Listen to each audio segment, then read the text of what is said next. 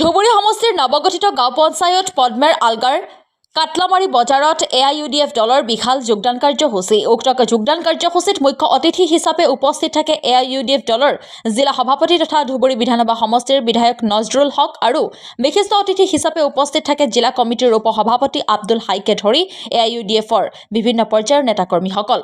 উক্ত যোগদান কাৰ্যসূচীত কংগ্ৰেছ আৰু বিভিন্ন দলৰ পৰা প্ৰায় ৩ শতাধিক লোকে আনুষ্ঠানিকভাৱে AIUDF দলত যোগদান কৰে। ইপিনে সাংবাদিকৰ সাক্ষাৎকাৰ বিধায়ক নজৰুল হকৰ মন্তব্য, কংগ্ৰেছৰ মিত্ৰতা হ'লেও অখিল গগৈ থাকিব নোৱাৰে, মিত্ৰতা খালি লম্প কৰি ওলাই আহিব। গোটেই অসমৰ কথা বাদেই দিলো, শিৱসাগৰ সমষ্টিতে বেয়াকৈ হাৰিব।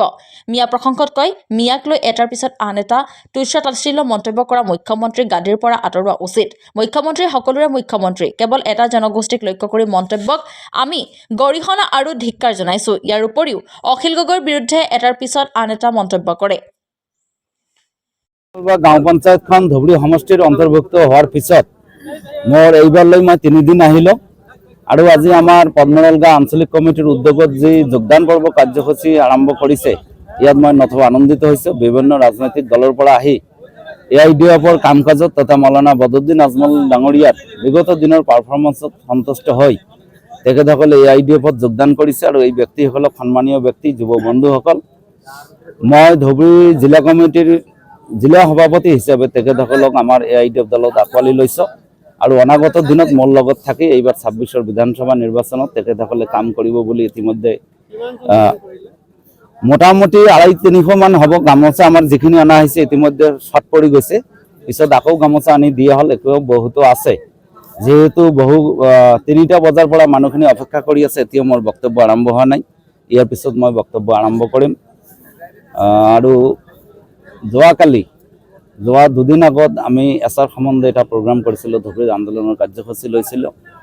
অসমৰ মাননীয় মুখ্যমন্ত্ৰী ডাঙৰীয়া তেখেতে তুচ্ছ তাচ্ছিল্যভাৱে মিয়া সম্প্ৰদায়ক লৈ যি মন্তব্য কৰা থকা দেখা গৈছে, তেখেত এজন সংবিধানৰ নামত শপত খোৱা ব্যক্তি। সংবিধানক অৱমাননা কৰি যি সমস্ত কথা বাৰ্তা কৈছে, একচুৱেলি ইলেকশ্যন কমিশনাৰ অফ ইণ্ডিয়াই তেখেতৰ ওপৰত সমতো কেছ ল'ব লাগে আৰু আইনৰ আয়ত্তাত আনি তেখেতক গ্ৰেপ্তাৰ কৰিব লাগে আৰু অনতিপলমে ভাৰত চৰকাৰে তেখেতক এই মুখ্যমন্ত্ৰীৰ পদৰ পৰা অৱসৰ কৰাব লাগে। কাৰণ দেখক তেখেতৰ ইছ্যু নাই। এতিয়া আমাৰ কংগ্ৰেছৰ ধুবুৰী সমষ্টিত বিশেষকৈ বিৰোধী দলে হওক, কংগ্ৰেছে হওক, AIUDF হওক আৰু অন্যান্য BJP হওক, AJP হওক, সকলোৰে এটা কথা, নজৰুল হক তৃতীয়বাৰৰ কাৰণে বিধায়ক হৈ আছে।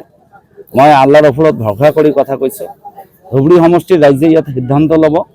মোৰ যদি কাজকৰ্ম ভাল হৈছে, মই যদি বিগত দিন কৰিছোঁ আৰু মোৰ প্ৰতি যদি তেখেতসকলৰ আস্থা আছে যে আকৌ মই এই দুখন নতুন পঞ্চায়ত চৰৰ মাজত মোৰ বহুত চেলেঞ্জ, ইয়াত ৰাস্তা ঘাট গৰাখহনীয়াৰ অভাৱ আছে, ইনফ্ৰাষ্ট্ৰাকচাৰৰ অভাৱ আছে, গোটেইখিনি কৰাৰ কাৰণে যদি মোক ভাবে যোগ্য বুলি, তেনেহ'লে 2026ৰ নিৰ্বাচনত তেখেতসকল